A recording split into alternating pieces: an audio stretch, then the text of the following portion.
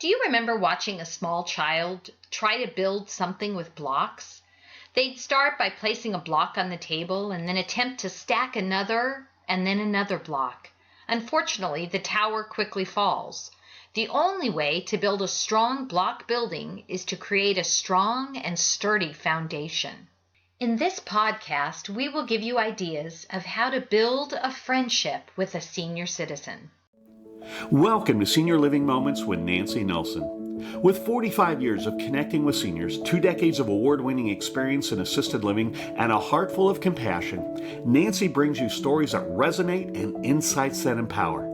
Get ready for real conversations, practical wisdom, and heartfelt humor to help you and your loved ones navigate the journey of seasoned adulthood with confidence and grace. And now, here's Nancy. In order to truly care for another human being, you must intentionally have a solid foundation of trust. A senior citizen will resist care, will say no to medications, and will make a caregiver's job stressful if there's not a foundation of trust. It's no different than any of us. We all need trust in our relationships. If you ask a senior to get ready for a shower, he or she must trust that you will keep them safe and will respect their modesty. If you're supposed to give them medications, there must be a level of trust that you know which medications will help them and not harm them. Here are a few ideas to begin to build that trusting relationship with the seniors that you are tasked to care. Number 1, choose to take the time that it takes to get to know the resident. Ask them questions. Sit for a few minutes and look at their pictures. Listen to their stories. Be interested in them as a fellow human being. Ask their advice on little things. Don't just rush in to do tasks, but take a few minutes to talk and learn and listen to a story that they want to share. Number 2, be authentic. Seniors are adults that have a lot of life experience. They can tell when you genuinely like them or when you're just trying to get them to comply. They feel when you honor them, their background, their preferences, and are treating them with dignity and respect. Don't rush them. Don't speak to them like a child. Reassure and validate their feelings and their fears, and be genuinely, authentically interested in them. Number 3, respect their age, their background, and their status. Our residents are smart. They've had successful careers. They've raised amazing families. They've made a good living, and they must be treated with dignity. Don't call them honey or sweetie or grandpa, grandma. Call them by their name. Start with Mr. Smith or Dr. Smith, and they'll tell you if they want you to call them by their first name. Don't ever, ever make fun of them, tease them, or make them the butt of your joke. Don't treat them like a child who doesn't have choices. Don't tattle on them to their son or their daughter. Don't speak for them or rush them or hurry them like you might do a child. Number 4, listen to their real needs and try to meet those needs. Sometimes they may quietly communicate that they're lonely. They may tell you while getting them dressed that their feelings were hurt at dinner by another resident.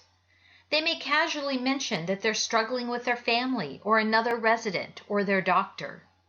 They may mention how they used to love to sing or they used to love to walk in their garden.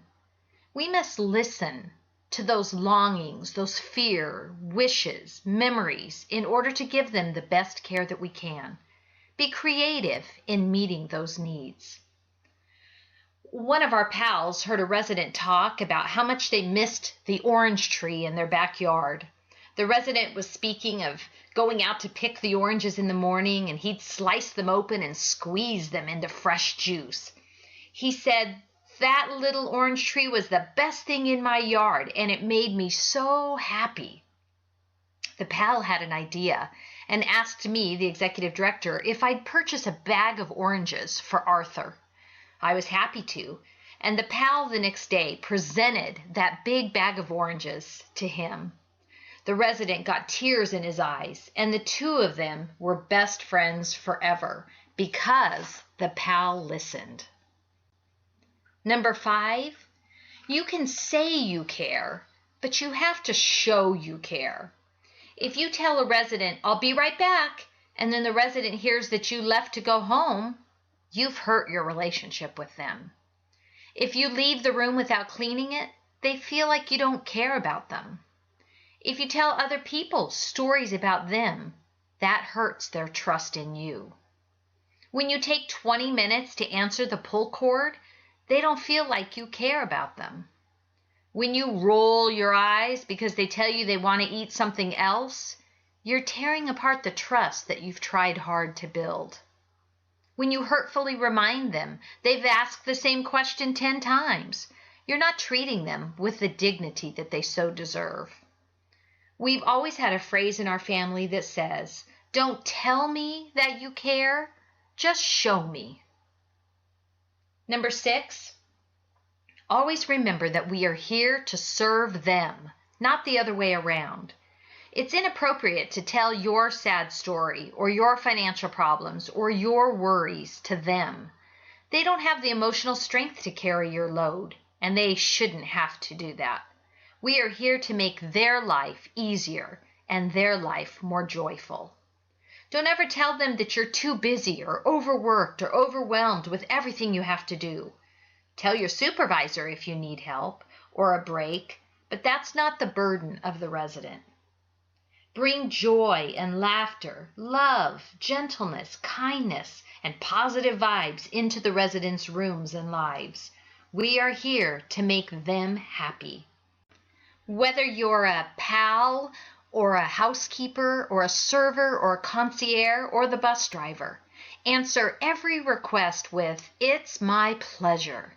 If it's the third burger you've brought them, if they need another change of clothes, if they need you to hand them one more thing, say, "It is my pleasure." Begin today, right now, to build that foundation of trust that will make your job as a pal or a server or a housekeeper or any other role easier and more gratifying as we daily care for our residents.